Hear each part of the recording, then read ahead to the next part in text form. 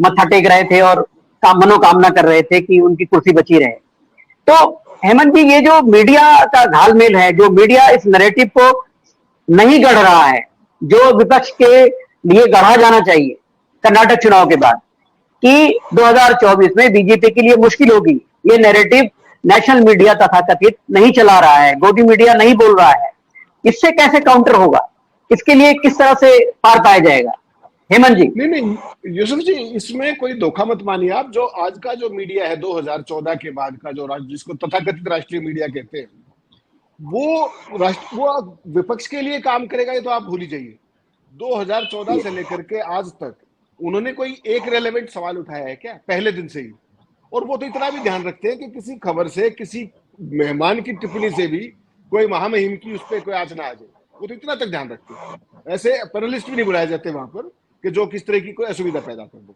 सवाल ये नहीं है यूसुफ जी, सवाल तो कुछ और है। न्यू इंडिया जो मोदी जी का है वो यही है, जिसमें सवाल है विपक्ष के लिए और सत्ता के लिए सिर्फ चाशनी ही चाशनी है, और उसमें सारे डुबकी लगा रहे हैं। 44 करोड़ रुपया नरेंद्र मोदी जी के एक दिन का प्रचार का खर्च है, औसतन 44 करोड़ पर डे, जिस दिन से ओथ ली उन्होंने प्रधानमंत्री की। ये रिकॉर्ड निकलवा लीजिए। ये भारत सरकार का है। जो पीएसयूज है उनका अलग होगा, विज्ञापनबाजी और तमाम उनकी प्रमोशन का। तो अब उसमें वो विपक्ष को कैसे दिखाएंगे, मुझे ये समझा दीजिए। आप नहीं दिखा सकते वो। तो समस्या क्या है? कर्नाटक के अंदर भी वो वही कर रहे थे। मुझे ये बताइए, संविधान जो अपना पीपल रिप्रेजेंटेशन एक्ट है, उसमें ये साफ साफ लिखा हुआ है कि धार्मिक प्रतीक या किसी देवी देवता के नाम पे आप वोट नहीं मांग सकते। साफ लिखा हुआ है रिप्रेजेंटेशन ऑफ पीपल एक्ट में, कोड ऑफ कंडक्ट में लिखा हुआ है। बजरंग दल, बजरंग बली कब से हो गए? कोई समझा सकता है? सारे विद्वान पैनलिस्ट में थे, कहां पर था बजरंग बली का जिक्र? बजरंग दल था, एक संस्था है, बहुत सारी संस्थाएं हैं, उनमें वो भी है। ठीक, राम सेना का मतलब ये तो नहीं कि राम उसके चीफ, आर्मी चीफ है, नहीं है। नाम आप कुछ भी रख सकते हैं। ना तो इलेक्शन कमीशन ने और ना किसी भी संस्था ने, ना किसी मीडिया ने ये पूछा कि प्रधानमंत्री जी बजरंगबली कहां से आ गए और कितनी बड़ी ये आपत्तिजनक बात है। ये कोई पूछने वाला नहीं है। जिस देश के गृह मंत्री के पास जिम्मेदारी है लॉ एंड ऑर्डर की पूरे देश की, वो वहां पर क्या कह रहे थे मंच पे कि अगर कांग्रेस की सरकार आई तो यहां पर दंगे हो जाएंगे। तो आप, ये कोड ऑफ कंडक्ट की वायलेशन नहीं है क्या? मुझे बता दीजिए। आप सारे विद्वान लोग बैठे, और ऐसी तमाम चीजें कितने विद्वान बीजेपी वालों ने करी है वहां पर, वो सबके सामने है। किसी को एक नोटिस भी गया क्या?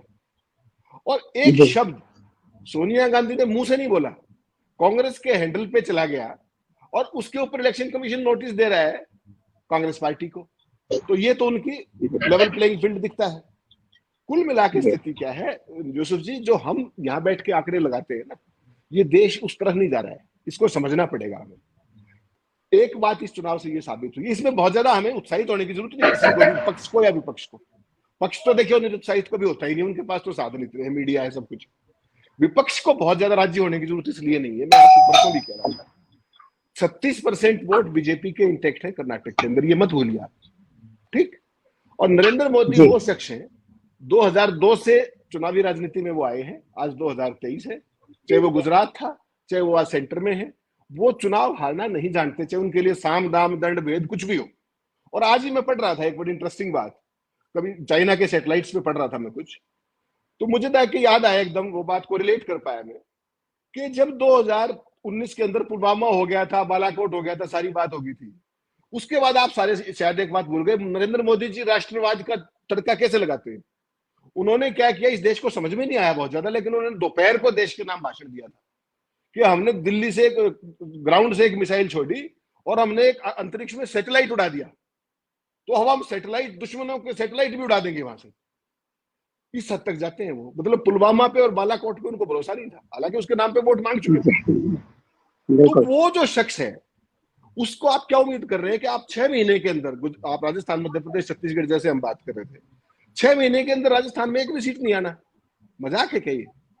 और इस काम के अंदर बहुत सारे जो कांग्रेसी हैं, कांग्रेस में वो उनकी मदद भी करते हैं, कांग्रेस ही मदद करते हैं नरेंद्र मोदी की, चाहे तमाम तरह की आपत्तिजनक टिप्पणियां हो या कुछ भी हो। कर्नाटक का चुनाव यूसुफ जी, एक बात समझना पड़ेगा, जेडीएस के वोट घटे हैं, वो कांग्रेस को मिले हैं, उसलिए कांग्रेस जीती है। प्लस एकता थी पार्टी के अंदर, क्लियर नैरेटिव था, और बीजेपी बैकफुट पे थी। ये बात आपको माननी पड़ेगी। जी जी यही बिल्कुल स्थिति बीजेपी की मध्य प्रदेश में भी होने जा रही है, सेम यही सिचुएशन उनकी महाराष्ट्र में भी होगी।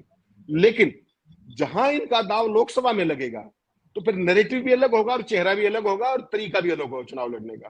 फिर वो चुनाव नहीं, फिर कारपेट बॉम्बिंग है। फिर वो चाहे कपड़ों से पहचाने, चाहे देश के गद्दारों को गोली मारे, या उसके अलावा सैटेलाइट गिराएं अंतरिक्ष में, या बालाकोट करें, या पुलवामा हो, या जो कुछ भी हो, they will go to any extent. और ये बात अपोजिशन को समझनी पड़ेगी कि लफाजी से नहीं चलेगा, आपत्तिजनक बयानों से नहीं चलेगा, मिलजुल के एक नैरेटिव सेट करना पड़ेगा और वो नैरेटिव लोगों का सेट करना पड़ेगा। जब ये राष्ट्रवाद की बात करें तो विपक्ष पूछे उनसे कि आपके 10 साल का नेट टेक अवे क्या है। जब तक आप चीज को यहां नहीं लाओगे, नरेंद्र मोदी को हराना आसान नहीं है यूसुफ जी। कर्नाटक का एक चुनाव एक घटना हो सकती है, इसको आप परंपरा मत मानिए। नरेंद्र मोदी अपने चुनाव के लिए कुछ भी करेंगे, किसी भी हद तक जाएंगे, और वो हद आप भी जानते हैं सारे।